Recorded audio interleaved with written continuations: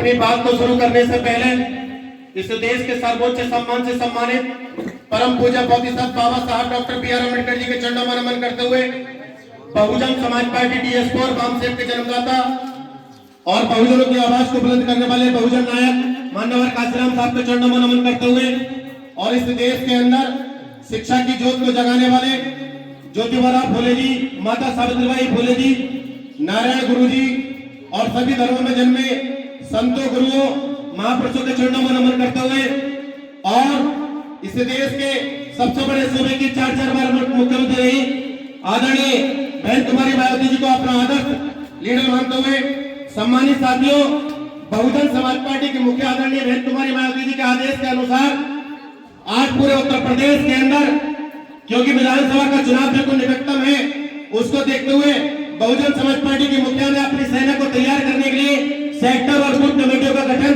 करने का काम हम जैसे कार्यकर्ताओं को दिया है।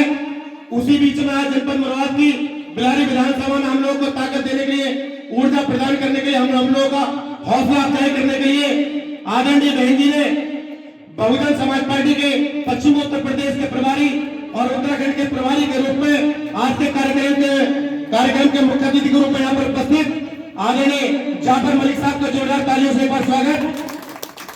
और दूसरे हमारे मुराल मंडल के मुख्य सेक्टर प्रभारी आदरणीय अरुण कुमार टिप्पू जी और आज के कार्यक्रम का कुशल संचालन कर रहे हैं जिला संयोजक भाईचारा आदरणीय चंद्रपाल सिंह सैनी जी और अभी कुछ ही समय पहले बहुजन समाज पार्टी के मुखिया ने जिनको मुस्लिम भाईचारा मुराल मंडल का संयोजक बनाया है और पूर्व में बिलारी नगर पालिका परिषद का चुनाव भी लड़े बड़े भाई आदरणीय फैसल अली अंसारी साहब और इस विधानसभा का कुशल नेतृत्व कर रहे हैं पूर्व सदस्य जिला पंचायत रण सिंह भारती जी, इस विधानसभा के प्रभारी और पूर्व जिला सचिव डॉक्टर चरण सिंह जी, नटारुल सैफी उर्फ मुखिया जी और दूसरे हमारे इस विधानसभा के प्रभारी आदरणीय वीर सिंह गौतम जी, इस सेक्टर के अध्यक्ष जगतपाल सिंह जी, बिलारी विधानसभा के विधानसभा महासचिव आदरणीय राम खिलाड़ी जी और रिटायर्ड गुरु जी और इस विधानसभा के दूसरे हमारे प्रभारी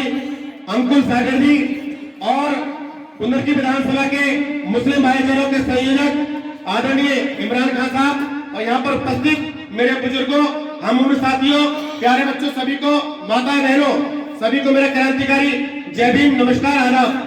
सम्मानित साथियों, बहुजन समाज पार्टी की मुखिया की सोच ये है कि वो इस प्रदेश के अंदर जो उत्तर प्रदेश का सबसे बड़ा सूबा उत्तर प्रदेश है, उसके अंदर बहुजन समाज पार्टी की सरकार 5वीं बार बनाना चाहती है।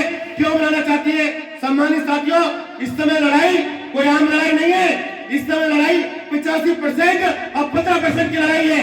और वास्तव में अगर आप लोग, मैं खासकर मुस्लिम समाज के लोगों से भी कहना चाहता हूँ कि अगर आप लोगों ने इस बार चूक गए तो वास्तव में आपको माफी देने वाला तो पैदा नहीं होगा। इसका उदाहरण मैं आपको बता रहा हूँ। आज आप देखिए, आज 5 राज्यों का रिजल्ट आया है और 2 राज्यों में बीजेपी ने अपनी सरकार बना ली है। उसका कारण क्या है? उसका कारण ये था कि खासकर मैं पश्चिम बंगाल की बात, एक मिनट की बात आपको बताऊंगा कि ये नियम है, ये संवैधानिक व्यवस्था है कि अगर काउंटिंग जो होगी तो उसमें स्टेट के कर्मचारी लगेंगे। लेकिन भारतीय जनता पार्टी को डर था, उन्हें ममता बनर्जी ने डर था कि अगर वास्तव में यहाँ के कर्मचारी गिनती करेंगे तो वास्तव में बीजेपी सरकार नहीं बन पाएगी। उन्होंने क्या करा, आज जो काउंटिंग हुई है वहां पर सेंट्रल के अधिकारी नियुक्त करे, सारे के सारे काउंटिंग में जो अधिकारी है टोटल वहां पर कर्मचारी सेंट्रल नियुक्त करे और जब नियुक्त करे तो क्या हुआ, गड़बड़ी हो गई और सरकार बन गई। सम्मानित साथियों, मैं चैलेंज कर रहा हूं इस मंच के माध्यम से कि भारतीय जनता पार्टी के लोग हमारे सामने आए, हम बात करना चाहते हैं उनसे, लेकिन मुद्दा किसका होगा? मुद्दा आतंकवाद का नहीं होगा, मुद्दा हिंदू मुस्लिम का नहीं होगा, मुद्दा हिंदुस्तान पाकिस्तान का नहीं होगा, मुद्दा होगा तो किसका होगा? ईवीएम का होगा। हम बताएंगे उन्हें कि आप ईवीएम को हटाइए, बैलेट पेपर से चुनाव कराइए और मैं गारंटी देता हूं कि अगर 2027 में बैलेट पेपर से चुनाव हो गया तो बहुजन समाज पार्टी की मुखिया 350 सीट अपने जीत कर जाएगी। सम्मानित साथियों, अगर मुद्दा होगा हिंदुस्तान पाकिस्तान का नहीं होगा, हम उनसे पूछना चाहेंगे कि आप बताइए कि आपने कितने शिक्षा के संस्थान बनाए हैं, बताइए कितने लोगों की आपने नौकरी लगवाई है। क्या वो जवाब दे पाएंगे? नहीं दे पाएंगे। सम्मानित साथियों, इस समय खेल चल रहा है। क्या चल रहा है? खेल पूरे देश पे है कर रखा है।